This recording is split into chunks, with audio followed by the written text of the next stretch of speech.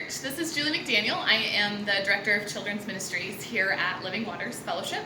And it's my turn to say hello and tell you about me and my ministry. So 5 years ago, we decided as a family that we were going to start homeschooling our children.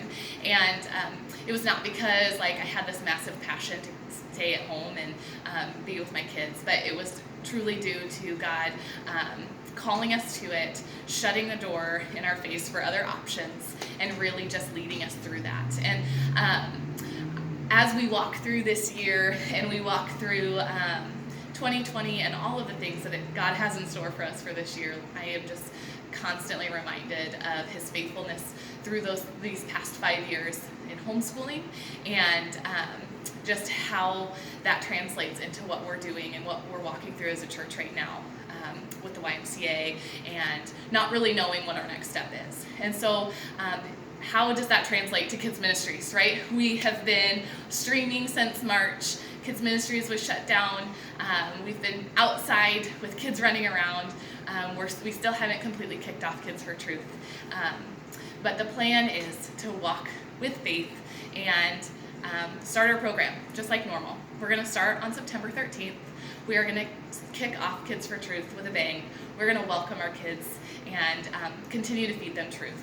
So I'm reminded as we walk through this story, the story of Abram, later Abraham, with our kids this week in our Bible time, just how faithful God was and how much He cares about the next generation. He didn't call Abraham just to, because Abraham was super cool and he really liked him and wanted him to have a child. He called Abraham because he cared about the generations to come. And as I continue to read the Old Testament and the New Testament, it is clear that that same God of Abraham and those promises is the same God that's walking through this with us this year. And I care deeply about your children. I care deeply about our church and the next generation. They are the coming church. And I want our children to feel that same love. Jesus said, "Let the children come to me," not because they were noisy in church, but because He cared about their souls. And there's no strict age in the Bible that's listed for when we start pouring truth into them.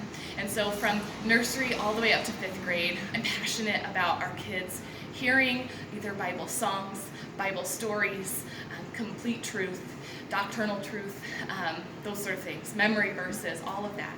And I'm passionate about starting this September 13th.